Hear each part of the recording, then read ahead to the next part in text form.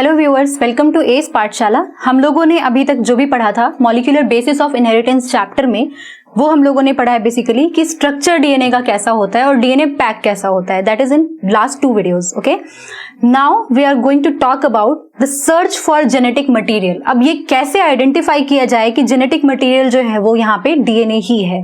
तो this is a very very important topic. Okay, so let's begin.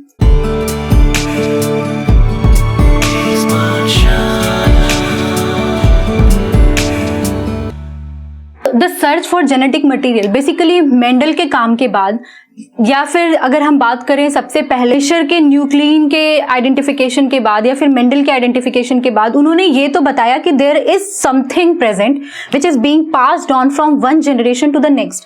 But वो something क्या चीज है ना? तो उसको आइडेंटिफाई करने के लिए लोगों ने काफी मेहनत की। There was a scientist Frederick Griffith. ठीक है, फ्रेडरिक ग्रिफिथ ने इन द ईयर 1928 एक प्रिंसिपल दिया, उसको हम बोलते हैं बेसिकली ट्रांसफॉर्मिंग प्रिंसिपल। ठीक है, ट्रांसफॉर्मिंग प्रिंसिपल। अच्छा, अब ट्रांसफॉर्मिंग प्रिंसिपल क्या है? देखिए, क्योंकि जो डीएनए का सर्च था, मतलब जो बेसिक जो फैक्ट था कि मेंडल ने और जो हमें मिशर ने दिया था, वो that was in 1800s, right, late 1800s। But जैसे जैसे अब इसके बारे में लोगों को जब पता लगा, लोगों ने जब आर्टिकल्स पढ़े, लोगों ने इसको आइडेंटिफाई करने की कोशिश की, तो इन द ईयर 1928 मतलब इट वाज वेरी लॉन्ग।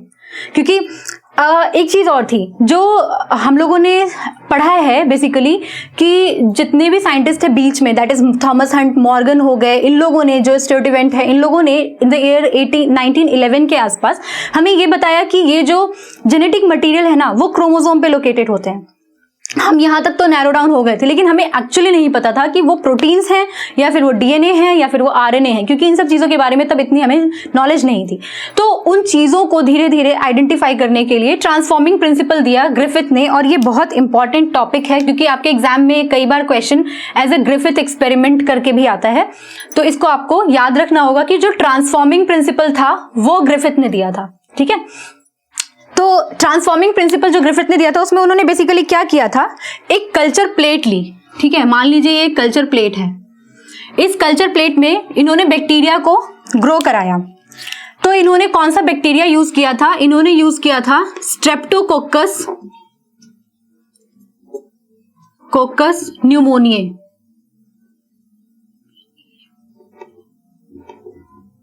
ठीक है, ये जो स्ट्रेप्टोकोकस न्यूमोनिया होता है ना, ये न्यूमोनिया कॉजिंग बैक्टीरियाज होते हैं। ठीक है, तो इनको इन्होंने लिया था बेसिकली। इसको जब इन्होंने कल्चर पेट्री डिश में लिया, ठीक है, ये कल्चर पेट्री डिश है, मान लीजिए कल्चर प्लेट है, इस प्लेट में इन्होंने इसको ग्रो कराया। इस प्लेट में जब इन्होंने ग्रो कराया तो इनको 2 तरह के बैक्टीरियाज मिले। ठीक है, 2 तरह की कॉलोनीज जो थी बैक्टीरिया की वो मिली। एक थी स्मूथ कॉलोनी और दूसरी थी इनके पास रफ कॉलोनी। ठीक है, रफ बैक्टीरियल कॉलोनी। तो ये जो स्मूथ और रफ थी, मान लीजिए हम इसको आर स्ट्रेन बोल देते हैं और इसको हम एस स्ट्रेन बोल देते हैं। ठीक है, यानी कि इनके पास 2 तरह की कॉलोनीज आई। एक जो कॉलोनी थी वो कुछ ऐसी थी कि ये बैक्टीरिया है, इसके ऊपर इनको कुछ ऐसे रफ सा पैच मिला। ठीक है, तो इनको इन्होंने आर स्ट्रेन बोला। ठीक है, और जो दूसरा स्ट्रेन था दैट वाज कुछ नहीं, बिल्कुल सिंपल, इसके चारों तरफ ये बिल्कुल स्मूथ था, तो इसको इन्होंने एस स्ट्रेन बोला। यानी ये जो था ये स्मूथ था और ये जो था ये वाला हमारे पास रफ स्ट्रेन था। ठीक है, अब ये जो स्मूथ स्ट्रेन है, ये स्मूथ क्यों दिख रहा था? ये स्मूथ इसलिए था क्योंकि इनके चारों तरफ एक पॉलीसेकेराइड लेयर थी। पॉलीसेकेराइड लेयर थी जो कि म्यूकस लेयर थी। तो ये लेयर की वजह से वो जो बैक्टीरिया था ना, बैक्टीरिया के चारों तरफ एक स्मूथ सरफेस क्रिएट हो गया था, और रफ जो था इसके ऊपर कोई लेयर प्रेजेंट नहीं थी। तो ये जो लेयर थी ये यहाँ पे एब्सेंट थी। ठीक है, अच्छा, तो इन्होंने एक एक्सपेरिमेंट परफॉर्म किया, वो सबसे बेसिक हमारा एक्सपेरिमेंट बना to in the search of genetic material, right. तो इनके एक्सपेरिमेंट में क्या हुआ वो हम लोग डिस्कस करते हैं। तो इस एक्सपेरिमेंट को परफॉर्म करने के लिए बेसिकली इन्होंने 3-4 तरह के सेट ऑफ एक्सपेरिमेंट्स लगाए, ठीक है।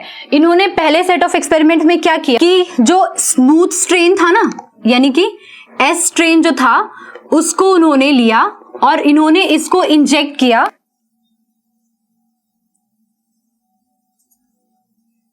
माइस में, ठीक है। तो ये इन्होंने इसको, इस स्ट्रेन को माइस में इंजेक्ट किया, तो इससे क्या हुआ, माइस की डेथ हो गई, ठीक है। तो माइस डाई, ओके। फिर इन्होंने एक नेक्स्ट सेट ऑफ एक्सपेरिमेंट किया। इसमें इन्होंने क्या किया, सेकेंड एक्सपेरिमेंट में इन्होंने ये जो रफ स्ट्रेन था ना इनके पास बैक्टीरिया का, रफ स्ट्रेन बैक्टीरिया को इन्होंने, आर स्ट्रेन को इन्होंने इंजेक्ट किया फिर से माइस में ही। अब इसमें जब वापस इंजेक्ट किया, इसमें इन्होंने जब वापस इंजेक्ट किया तो माइस क्या था, लाइव, ओके।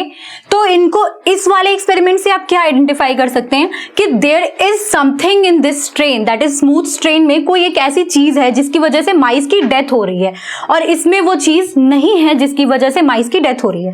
तो इसका मतलब क्या हुआ, ये एक एस स्ट्रेन जो है इसको आप बेसिकली विरुलेंट स्ट्रेन भी बोल सकते हैं, यानी कि ये विरुलेंट है, यानी ये डेथ कॉज कर सकता है, और ये जो है ये ए विरुलेंट है, ठीक है, इसकी वजह से डेथ नहीं हो रही है। तो इन्होंने नेक्स्ट सेट ऑफ एक्सपेरिमेंट लगाया। तो थर्ड सेट ऑफ एक्सपेरिमेंट में इन्होंने क्या किया, ये जो एस स्ट्रेन था ना, एस स्ट्रेन को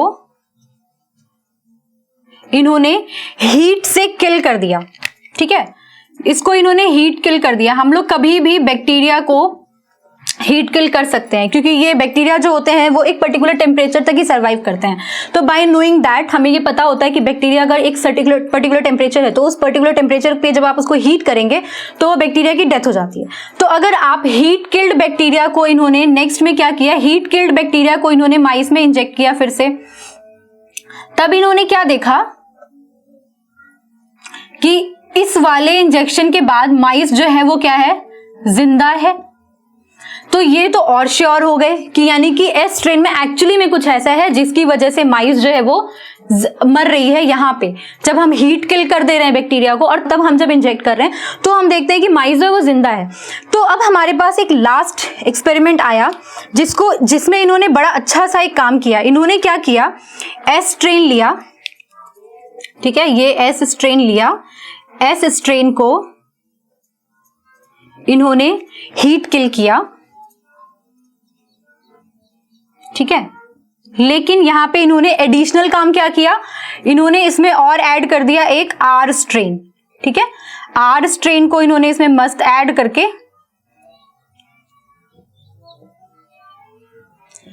उसके बाद इस दोनों को मिक्स करके इन्होंने माइस में इंजेक्ट किया टू चेक कि अब क्या होता है अगर हम ऐसा करते हैं तो, क्योंकि ये बहुत इंपॉर्टेंट फाइंडिंग होने वाली थी इनके हिसाब से कि अगर हम आर स्ट्रेन को नॉर्मल रखें और एस स्ट्रेन को हीट किल कर दें, क्योंकि हीट किल करने के बाद तो माइस जिंदा थी ना, यानी कि यहाँ पे कुछ ऐसी चीज है जो उसको माइस को डेथ में माइस की डेथ कर रही है, कॉज कर रही है। तो इन्होंने जब इसमें डाला तो इनको सरप्राइजिंगली माइस जो है वो माइस की डेथ मिली। This was a surprising fact. इस फैक्ट से इन्होंने आइडेंटिफाई किया कि there is something in the S strain जो कि आर स्ट्रेन को ट्रांसफॉर्म कर दे रहा है और एक विरुलेंट स्ट्रेन में कन्वर्ट कर दे रहा है। Are you getting my point? That is there is something present, यानी एस स्ट्रेन के अंदर जो स्मूथ स्ट्रेन है ना उसमें ऐसी कोई चीज है जो क्या कर रही है, वो ट्रांसफॉर्म कर रही है। किसको ट्रांसफॉर्म कर रही है? ट्रांसफॉर्म कर रही है यहां पे आर स्ट्रेन को, ठीक है। क्योंकि आपको बहुत सिंपल है, आर स्ट्रेन जब हम अपने आप देख रहे हैं तो ये एविरुलेंट है, यहाँ पे माइस जिंदा रहती है, तो यानी कि आर स्ट्रेन से तो डेथ हो नहीं रही, ये बात श्योर थी। अब एस स्ट्रेन अपने आप में विरुलेंट है, ये हमें पता है, लेकिन जब हम एस स्ट्रेन को हीट किल कर रहे हैं तो माइस तो फिर से जिंदा रह रही है।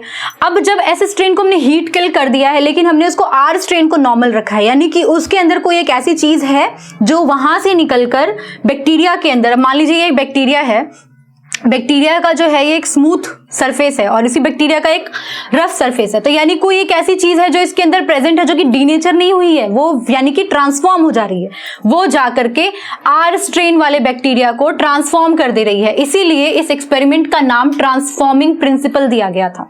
And this was a very very important experiment given by Frederick Griffith to identify कि वो जेनेटिक मटेरियल है क्या चीज। तो ऑल्दो इससे हमें ये तो पता चला कि सेल के अंदर कोई एक ऐसी चीज प्रेजेंट होती है जो पास ऑन होती है, जो कि ट्रांसफॉर्म भी हो जाती है, लेकिन हमें तब ये नहीं पता था कि वो चीज क्या चीज है, मतलब उसकी बायोकेमिकल प्रॉपर्टी क्या है, यानी कि वो डीएनए है, आरएनए है, प्रोटीन है, वो हमें नहीं पता चला। हमें बस यहाँ पे इतना ही प्रूफ मिला। तो इसी को फर्दर कन्विंस करने के लिए, फर्दर प्रूव करने के लिए 1933 में और एक्सपेरिमेंट्स परफॉर्म किए गए। इसको अप्रूव करने के लिए फर्दर एक्सपेरिमेंट्स परफॉर्म किए गए, वो हम लोग अपने नेक्स्ट वीडियोज में पढ़ेंगे। टिल देन मुझे लगता है आपको जो भी टॉपिक में क्वेरी होंगी प्लीज आप उसको कमेंट बॉक्स में जरूर ड्रॉप करें। Till then all the best, bye bye.